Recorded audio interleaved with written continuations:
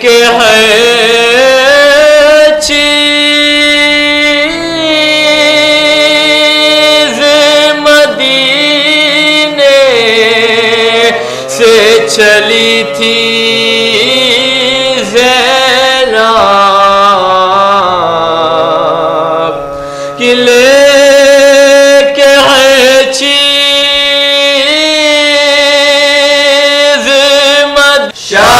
شبیر میں آئے کیسے کفر زادے یہ شرف پائے تو پائے کیسے آئے تو مجلس شبیر میں آئے کیسے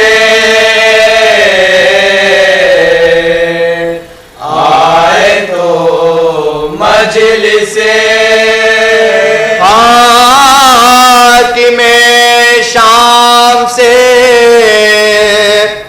دل اپنا لگانے والے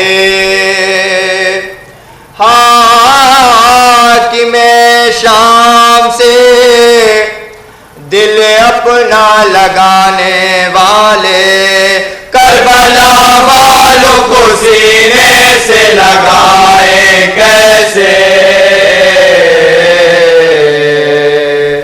آئے تو مجلس شبیر میں آئے کیسے آئے تو مجلس رابطہ جن کا ہے ظلمت کے پرستاروں سے رابطہ جن کا ہے ظلمت کے پرستاروں سے وہ چراغ غم شبیر جلائے کیسے آئے تو مجلس شبیر میں آئے کیسے آئے تو مجلس شاہ بطحا کی بھی آواز دبانے والے شاہ بطحا کی بھی آواز دبانے والے تازیہ شاہ شہیدہ کا اٹھائے کیسے آئے تو مجلس شبیر میں آئے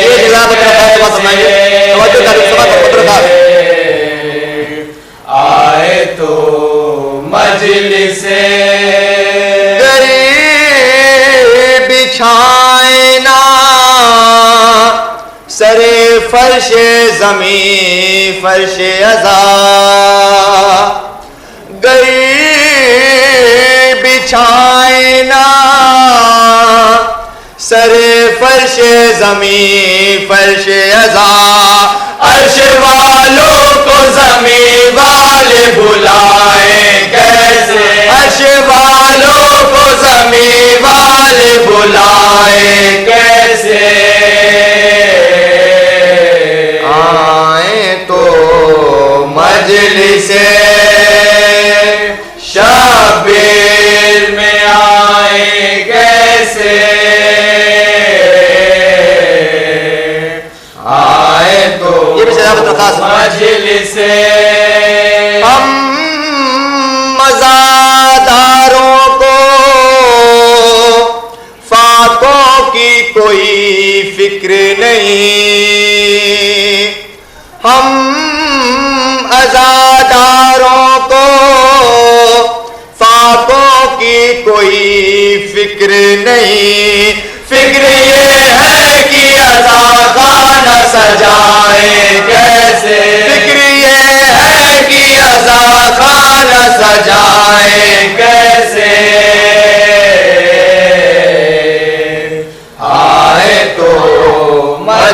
سے شبیر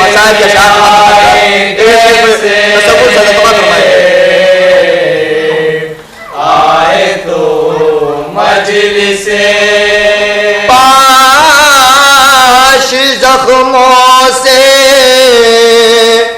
کلیجہ ہے شہ والا کا، پاش زخموں سے کلیجہ ہے شہ والا کا، لا شک بڑھ کے اٹھائے تو اٹھائے کیسے، لا شک بڑھ کے اٹھائے تو اٹھائے کیسے، آئے تو مجلس شبیر میں آئے کیسے، آئے تو مجلس کیسے خیموں میں لگی آگ بجھائے زینب، کیسے خیموں میں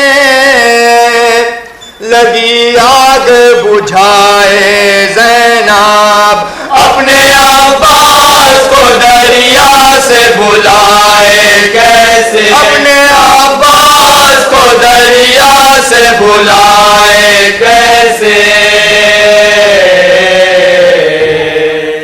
آئے تو آخری شعر مجلس شبیر میں آئے کیسے، آئے تو مجلس آسمان بھی کھلے سر نہیں دیکھا جن کو، آسمان بھی کھلے سر نہیں دیکھا جن کو، سر پر رہنا سر دربار وہ جائے کیسے، آئے تو مجلس شبیر میں آئے کیسے، آئے تو مجلس کمر پائے کہاں بھی دے مسترکا جگر، اے کمر پائے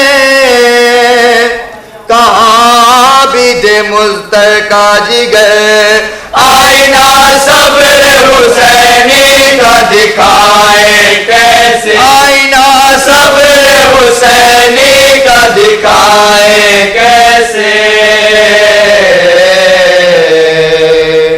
آئے تو مجلس شبیر میں آئے کیسے، آئے تو مجلس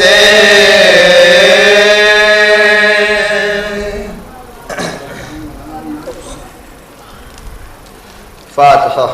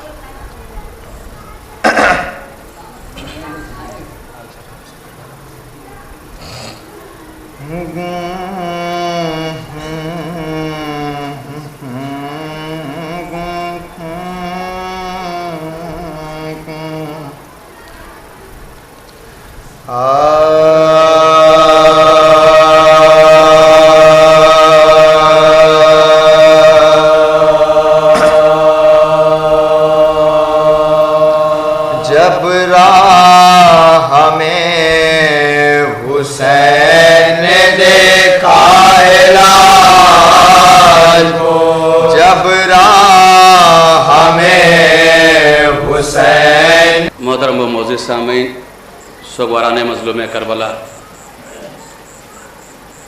محرم کی آج پہلی تاریخ ہے، شب 2 ہو گئی۔ اس معبود کا لاکھ لاکھ کرم ہے، شکر ہے کہ اس نے ہماری سانسوں میں اتنی وسعت رکھی کہ اس سال ہمیں پھر فرش اعضا کی زینت قرار دی۔ کتنے ناجانے بیچارے ایسے تھے جو آج کل تک ہمارے درمیان اس فرش پر بیٹھا کرتے تھے، آج ہمارے درمیان نہیں ہیں۔ خدا بطفیل محمد والے محمد افراد اس مادی فانی دنیا میں سانس تو لے رہے ہیں مگر ہاسپٹلائز ہیں، بیمار ہیں، علیل ہیں، جو اس فرش اعضا تک نہیں آ سکے۔ مظلوم کربلا بھی ہمارے کربلا کے صدقے میں ان سب کو شفا کاملہ و عاجلہ عطا فرما۔ سانس کی کتنی قیمت اور کتنی اہمیت ہے، اس کا اندازہ بہرحال ان 2 سال میں لوگوں کو ہو گیا ہوگا کہ انسان ہر چیز سے آشنا ہو گیا۔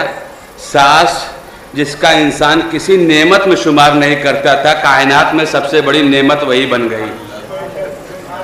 سانس کا لینا اور چھوڑنا، جسے انسان کوئی بھی بندہ اسے نعمت میں تصور میں نہیں لاتا تھا، اللہ نے یہ تحوکہ دیا ہے کہ اپنی حقیقت پہچان لو۔ تمہاری حقیقت کیا ہے؟ دیکھیں ایام اعضا، اس میں کسی کو آمادہ کرنے کی ضرورت نہیں ہوتی۔ ایام اعضا میں ہر ایک کا ذہن صرف مجلس کے لیے ہوتا ہے، ذکر محمد والے محمد۔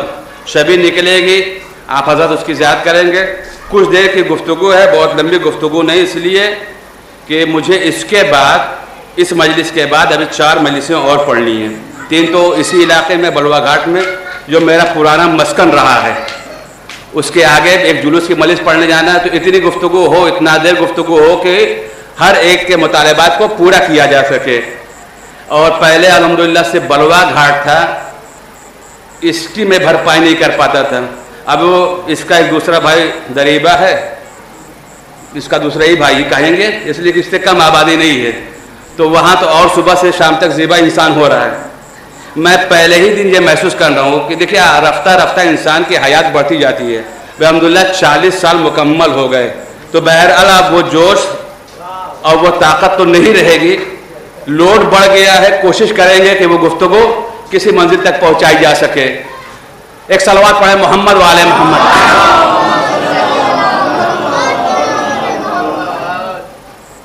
پیغمبر اکرم کا ارشاد ہے، علی خیر البشر من ابا فقط کفر۔ علی تمہارے درمیان ایک بہترین انسان ہے، جس نے علی کو چھوڑ دیا وہ کافر ہو گیا۔ کوئی ایسی بات نہیں جو دوسروں کی دل آزاری ہو۔ جسے مجلس اعضا کا مقصد یہ ہے کہ یہ لوگوں کو جوڑنے کا کام کرتا ہے، توڑنے کا نہیں۔ ہم گفتگو ایسے کریں کہ دوسرا اسے سن کر ہم سے قریب ہونے کی کوشش کرے، ہم سے دور نہ ہو۔ گفتگو وہی ہوگی انشاءاللہ۔ محرم، یہ بات محرم سے پہلے اٹھتی تھی کہ محرم ہوگا کہ نہیں، محرم کب نہیں ہوا، سوال یہ ہے۔ محرم ہوگا کہ نہیں، یہ بقرعید کے بعد زیادہ اس کے زور تھا، ہر کوئی یہ پوچھتا تھا جناب محرم ہوگا کہ نہیں۔ سوال یہ ہے کہ محرم کب نہیں ہوا۔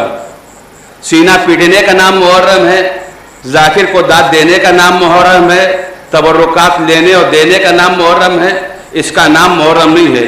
کردار کی تبدیلی کا نام محرم ہے، کردار کی تبدیلی کا نام محرم ہے۔ اگر آپ کے کردار میں تبدیلی ہے تو پھر آپ نے محرم پہ عمل کیا، اور اگر کردار میں تبدیلی نہیں آئی، جہاں تھے وہی رہ گئے، تو پھر کیسا محرم اور کیسا سفر۔ انسان اپنے آپ کو، میں معاشرہ سدھارنے کی بات نہیں کرتا، معاشرہ کا نام ہم اور آپ ہی ہیں۔ ہر کوئی انسان اپنی اصلاح کر لے، معاشرہ خود بخود سدھر جائے گا۔ کسی کو تنبیہ کرنے کی ضرورت نہیں ہے، کسی کی اصلاح کرنے کی ضرورت نہیں ہے۔ ہر کوئی انسان صرف اپنی اصلاح کر لے، خود بخود معاشرہ ہمارے اور آپ کا ہی نام ہے۔ تو یہ حدیث پیغمبر ہے کہ جو علی سے روگردانی کرے، علی سے دور ہو، وہ کافر ہے۔ علی کی ذات کتنی عظیم ذات ہے، اس روئے زمین پر پیغمبر کے بعد جو سب سے عظیم ذات ہے، یہ صرف عقیدہ نہیں ہے، یہ صرف عقیدہ نہیں ہے، سب نے اس کو، علماء اہل سنت نے بھی تسلیم کیا کہ وہ ذات علی ابن ابی طالب ہے۔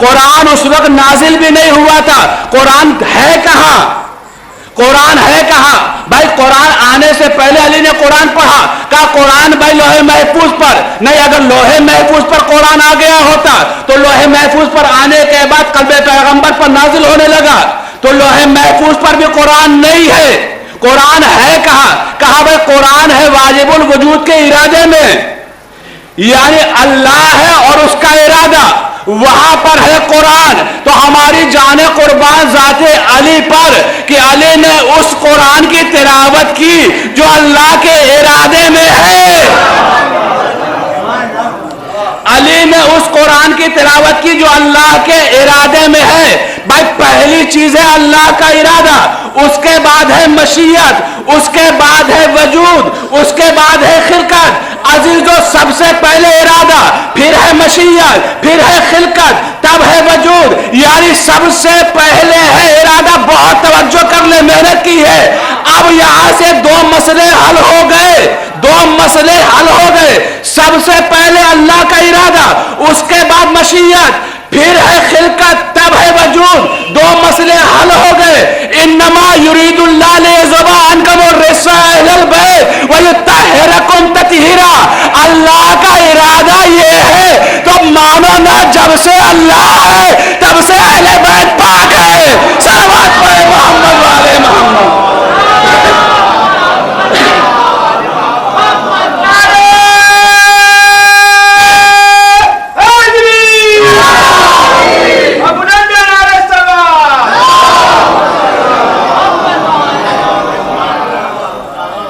جب سے ہے اللہ کا ارادہ تب سے اہل بیت ہے پاک. ایک سند.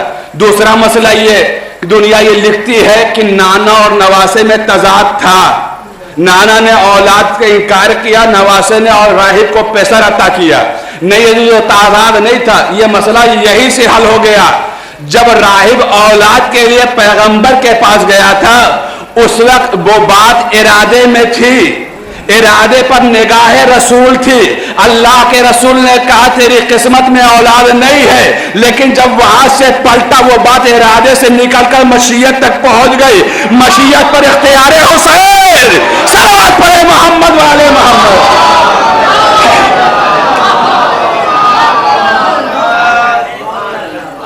مشیت پر اختیار حسین, یہ تضاد نہیں ہے. ارادے سے نکل کر بات مشیت تک آ گئی. تو جو چیز ارادے میں, اب قرآن کہاں؟ اللہ کے ارادے میں. پیغمبر نے کہا, علی نے پیغمبر کا تصدیق شدہ قرآن پڑھا. قرآن ابھی زمانے میں نہیں آیا. قرآن ابھی زمانے میں آئے گا بھی کیسے؟ اس لیے کہ قرآن میں وہی ہے جو آل محمد نے کیا. بھائی علی شب ہجرت جب بستر پر سوئیں گے پیغمبر کی چادر اوڑھ کر, وَمِنَ النَّاسِ مَن یشری نَفْسَهُ ابْتِغَاءَ مَرْضَاتِ اللَّهِ کی آیت آئے گی, قرآن بنے گا. آل محمد پنجتر پاک چادر تطہیر میں جمع ہوں گے, انما یرید اللہ کی آیت آئے گی, قرآن بنے گا. جب یہ بدو عرب پیغمبر کے پاس جائیں گے, اجر رسالت کا مطالبہ کریں گے, پیغمبر کو اللہ صلی علیہ اجرن اجرت جب آل محمد کی مانگیں گے, آیت آئے گی, قرآن بنے گا. کوئی میدان میں جا کر لڑے گا, آیت آئے گی تو قرآن بنے گا. کوئی میدان سے بھاگے گا, آیت آئے گی تو قرآن بنے گا. کوئی آیت آئے گی تو قرآن بنے گا. فضہ کے ہاتھوں کی پکی ہوئی روٹیاں قابہ قوسین کی منزل تک جائیں گی, حلقہ کا سورہ آئے گا تو قرآن بنے گا.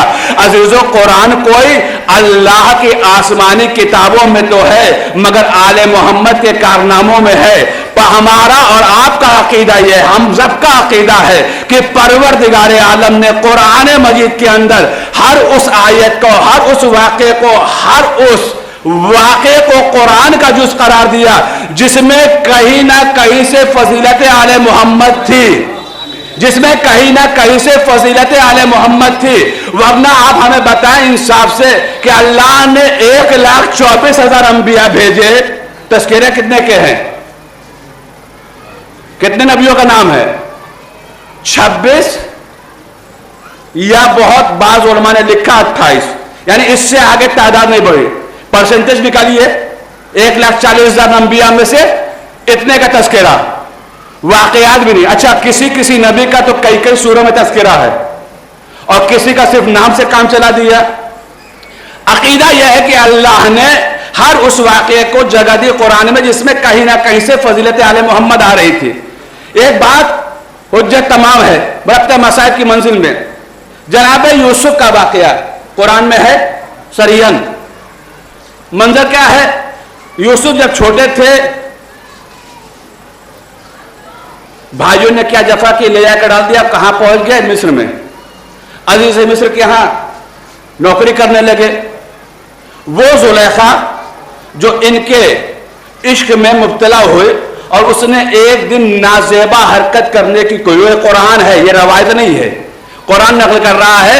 اور اس کے حجرے میں 7 دروازے تھے، سب دروازے اس نے بند کروائے. وہ گستاخی کرنا چاہ رہی تھی کہ جبریل نازل ہوئے. جبریل کا نازل ہونا تھا کہ اے خدا کے ولی آپ دروازے کی طرف جائیے، اپنی جان چھوڑائیے. جناب یوسف نے فرمایا کیسے جاؤ، دروازہ بند ہے. کہا آپ کوشش کیجئے دروازہ خود بخود کھلے گا. عزیزو اس واقعے میں ایک سبق ملا، کوشش کرنا تمہارا کام ہے، منزل تکمیل تک پہنچانا اس کا کام ہے. اللہ نے کوشش کا حکم دیا، کوشش کرو، منزل تکمیل تک تمہارے ارادے کو وہ پہنچائے گا. اب یوسف جب بھاگنے لگے تو جیسے جیسے یوسف دوڑ رہے تھے دروازہ خود بخود کھلتا جا رہا تھا. 6 دروازے کھل گئے، 7واں دروازہ نہیں کھلا. حیرت کی بات ہے، میں پڑھتا رہا، بہت دیر تک غور کرتا رہا. اگر وہ دروازہ کھل جاتا فوراً تو یوسف کی پاک دامنی کیسے ثابت ہوتی. ایک مرتبہ جب 6واں دروازہ کھلا، 7واں نہیں کھلا تو زلیخا نے پیچھے سے کرتے کو کھینچا. جب کھینچا تو دروازہ کھلا. کرتا کھینچنے کے بعد سامنے عزیز مصر ماجرا کیا ہے؟ تو اب یوسف تو خاموش ہے. زلیخا بولی کہ انہوں نے میرے ساتھ نازیبا گستاخی کرنے کی کوشش کی. پوچھا گواہ کون؟ اس کی کنیز. اس نے کہا ہاں ایک کنیز ہے. کنیز کو بلایا، کہا تم نے کچھ دیکھا؟ کہا میں نے دیکھا یوسف ادھر سے گزر رہے تھے، ایک بچہ رو رہا تھا، یوسف نے اس کے سر پر ہاتھ پھیرا، وہ بچہ خاموش ہو گیا. اس کے بعد وہ حجرے کے اندر آئے، دروازہ بند ہو گیا. اس کے آگے مجھے نہیں معلوم. کنیز نے یہ کہا، آگے بڑھ گئے. عزیز مصر کہتا ہے یوسف تمہارے پاس کوئی گواہ ہے؟ یوسف نے فوراً کہا وہی بچہ جس کو رو رہا تھا، میں نے جس کے اوپر ہاتھ رکھا تھا وہی گواہی دے گا. کہا یوسف ہے کہ وہ چھوٹا سا بچہ کیا گواہی دے گا؟ وہ چھوٹا سا بچہ کیا گواہی دے گا؟ کہا لایا تو جائے. اب عزیزو بچہ لایا گیا. جب بچہ آیا یوسف نے کہا میری گواہی دے. تو ایک مرتبہ بچہ گویا ہوا. اس نے کہا اگر یوسف کا کرتا آگے سے پھٹا ہے تو یوسف خطا کار ہے، پیچھے سے پھٹا ہے تو زلیخا ہے. بس جیسے یہ فقرہ کہا نا عزیزو، بات تمام ہو گئی. اس کی گواہی عزیز مصر نے مان لی. مگر میں حیرت میں سوچتا رہا کہ آخر اس چھوٹے سے بچے نے بولا کیوں؟ عزیزو یہ راز تو تب کھلا جب 13 رجب کو مولا نے 3 دن کے سن میں علی نے قرآن کی تلاوت کی. کل کو تاریخ یہ نہ لکھ دے کہ یہ تو گڑی ہوئی باتیں ہیں. علی نے 3 دن کے پیدا ہوتے قرآن کیسے پڑھ دیا؟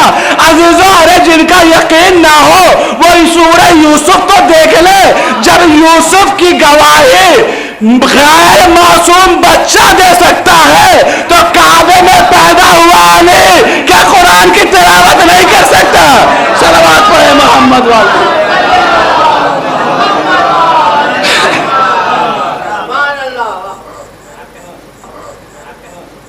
ایک اور صلوات پڑھ دے محمد والے.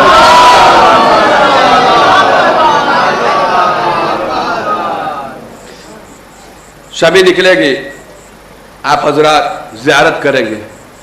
علم یہ منسوب ہے غازی عباس سے. اور بھی کچھ ابھی ہے نا تابوت. عباس اس ذات کا نام ہے جس کے لیے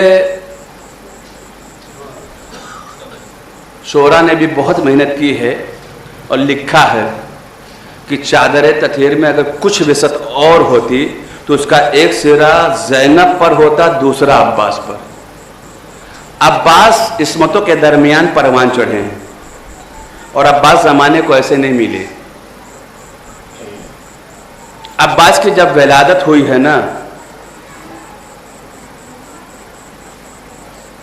تو اس ولادت پر یہ علامہ دربندی کے جملے ہیں، وہ لکھتے ہیں کہ سب سے زیادہ جو خوش ہوئے وہ ذات حسین کی تھی. امام حسین بہت مسرور ہوئے. ایسا نہیں، یہ دیکھیے ذرا کبھی اس نظریے سے سوچیں کہ جب گھر میں اولاد نہ ہو، اس کے ہاں کوئی بچہ آئے تو انسان خوش ہوتا ہے، لیکن خود موجود ہیں. مگر حسین نے جب سنا کہ عباس پیدا ہوئے ہیں اتنا مسرور ہوئے، لے کر آئے، اپنی آغوش میں لیا. یہ سب علماء نے لکھا کہ سب سے پہلے مولا عباس کی نے زیارت جو کی ہے مولا امام حسین کی. جناب زینب کو بڑی ڈھارس تھی، بہت امید تھی. روایت میں ہے کہ جب جناب عباس پروان چڑھ رہے تھے عصمتوں کے درمیان، تو ایک روز جناب زینب نے، مقتل کے یہ جملے ہیں، جناب زینب نے جناب عباس سے فرمایا، بھیا عباس ٹہلتے ٹہلتے کبھی میرے گھر بھی آیا کرو، میں تمہیں دیکھتی ہوں تو مجھے بڑی ڈھارس محسوس ہوتی ہے. عزیزو پہلی محرم ہے، خدا کا شکر ہے کہ اتنی وسعت ہے کہ اس انداز سے زاداری ہو رہی. کبھی ذرا سوچا آپ نے ہمارے خونوں سے دیواریں چنی گئی ہیں، یہی عزاداری ہونے نہ پائے. آواز دی زینب نے، بھیا کبھی میرے گھر کو بھی آ کر زینت بخشا کرو کہ تمہیں دیکھ کر مجھے بڑی ڈھارس ہوتی ہے. حکم شہزادی تھا، مولا نے کبھی زینب کو بہن نہیں سمجھا، ماں کی سخت ہدایت تھی. یہ یاد رکھنا عباس کی تو کنیز کی اولاد ہے، وہ شہزادیاں ہیں. جب بی بی نے یہ فقرہ کہا تو ذات مولا عباس نے اس دن سے اپنی زندگی کا یہ معمول بنایا تھا کہ روز ایک بار بی بی زینب کے گھر جایا کرتے تھے. جناب زینب دیکھ کر مسرور ہوتی تھی. ایک دن ہوا، 2 دن ہوا، جناب ام المؤمنین نے اس منظر کو دیکھا. ایک دن پوچھا کہاں گیا تھا؟ کہا شہزادی کا حکم ہے، ان کے دروازے پر سلام کی غرض سے گیا تھا. کہا بیٹا تو جایا کر، مگر اتنا اپنے ذہنوں میں ہمیشہ رکھنا کہ تو میرا لال ہے، وہ علی کی بیٹیاں ہے، وہ فاطمہ کی بیٹیاں ہے. نہ جانے غیرت عباس میں کیا اثر آیا کہ اس کے بعد مولا عباس بیبی کے گھر نہیں گئے. ایک روز گزر گیا جب جناب زینب نے مولا عباس کو نہیں دیکھا. دوسرا دن گزر گیا، شام کا وقت تھا، سر پر چادر ڈالی، دل بے قرار ہوا زینب کا. بھاگے ہوئے گھر پر آئے، آ کر مادر گرامی جناب ام المؤمنین کو سلام کیا اور کہا مادر گرامی میرا بھیا عباس خیریت سے تو ہے؟ کہا شہزادی عباس خیریت سے ہیں. کہا اگر خیریت سے ہے تو پھر عباس نے مجھے اپنی شکل کیوں نہیں دکھائی؟ 2 روز ہو گئے کہ مجھے اپنی شکل نہیں دکھائی. یہ کہہ کر ام المؤمنین نے آواز دی کہ شہزادی زینب آئی ہے. عباس حجرت سے باہر آئے. مقتل کے یہ جملے کہ عباس کی دونوں آنکھیں سرخ تھی، لال ہو گئی تھی روتے روتے. ایک مرتبہ بی بی زینب نے پوچھا عباس رونے کا سبب کیا ہے؟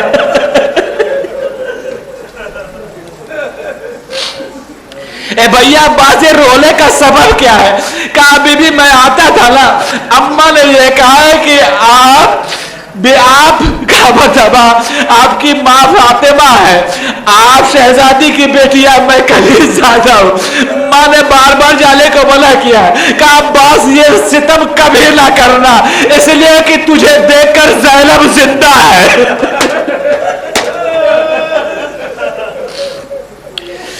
جس زینب کا سکون عباس ہو، جس زینب کا قرار عباس ہو، ذرا سوچو عزادارو. جب یہی عباس، یہ روایت عزادارو آج کی تاریخ اس لیے نہیں ہے لیکن شبھی نکلے گی عزادارو، جب عباس نے اجازت مانگی ہے نا، عباس نے اجازت مانگے تو حسین نے یہی کہا کہ تو میرے لشکر کا سپہ سالار ہے عباس، میں تجھے کیسے اجازت دوں؟ کہا اے آقا وہ لشکر کہاں رہا جس کا میں علمدار تھا؟ اے آقا جہاں لشکر گیا مجھے بھی دے دیجئے اجازت. بس عزادارو التش کی صدا مل رہی تھی. پانی کے ارادے سے حسین نے اجازت دی.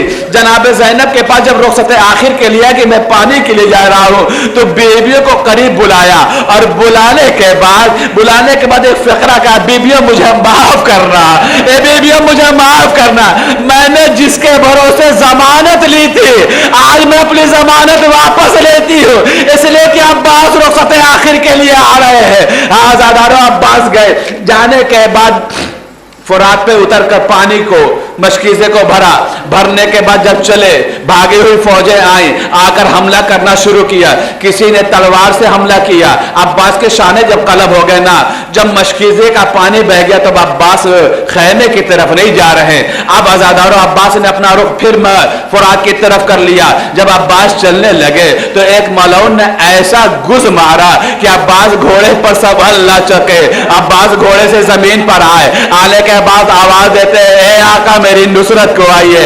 عزاداروں حسین نے آواز استغاثہ سنی, مقتل کی جانب دوڑ لگا دی. بس عزاداروں میں یہی روک کر آگے بڑھ کر ایک جملہ کہتا ہوں, جب یہ خبر اہل حرم اسیر ہو کر رہا ہو کر مدینے واپس آ گئے ہیں نا, جب یہ مدینے قافلہ آ گیا اور یہ بشیر نے یہ اعلان کر دیا یا اہل یثرب, اے اہل یثرب اب یہ مدینہ رہنے کے لائق نہیں رہا اس لیے کہ حسین مارے گئے. بس یہ خبر جیسے ہی ام البنین کو پہنچی نا, ام البنین نے عباس کے بیٹے فضل کا ہاتھ پکڑا, عصا لیا, لے کر چلی اور کہا تو کیسے کہتا ہے بشیر کے حسین مارے گئے, یہ بتا دے یہ ناممکن ہے کہ عباس کے ہوتے ہوئے حسین مارے جائے. کہا نہیں بی بی ایسا نہیں ہے, پہلے عباس مارے گئے اس کے بعد حسین مارے گئے. کہا یہ بھی ممکن نہیں ہے.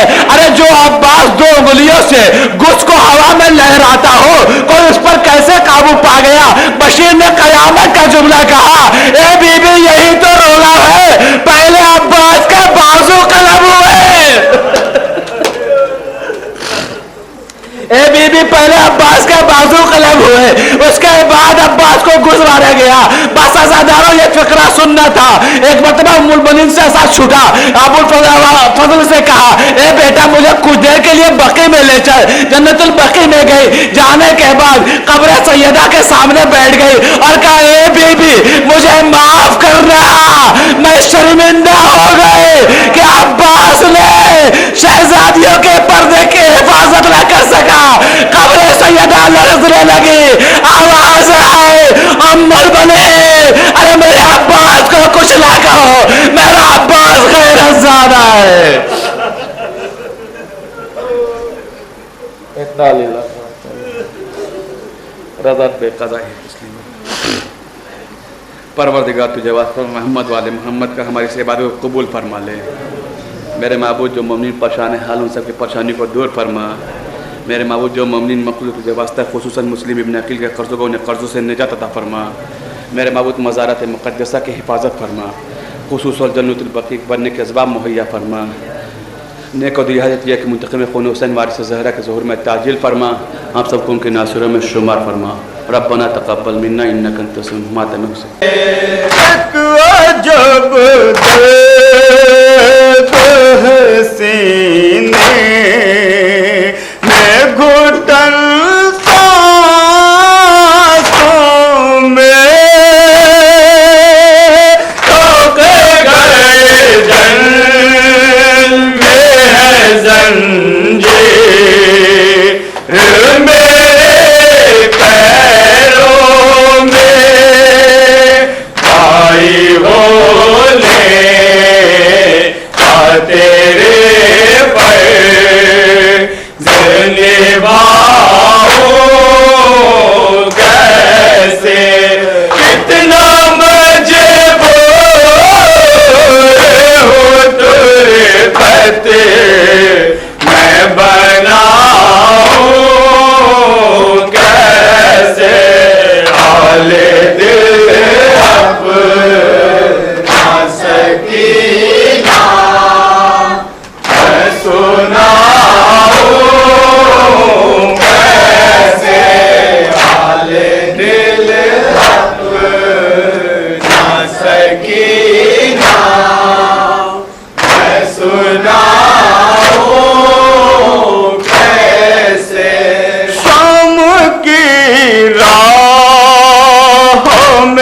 جب تجھ کو ستاتا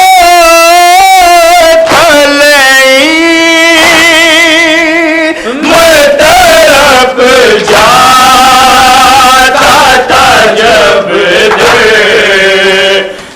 لگاتا تھا سوچتا تھا تجھے ظالم سے بچاؤں کیسے کتنا مجبور ہوں تربت میں بلاؤں کیسے حال دل اپنا سکینہ میں سناؤں کیسے حال دل اپنا سکینہ میں سناؤں کیسے ایک قطرہ نہ ملا ترستی رہی تشنا لب پیاس کے صحرا سے گزرتے رہے کیا تیرے بھائی پہ گزری ہے بتاؤں کیسے کتنا مجبور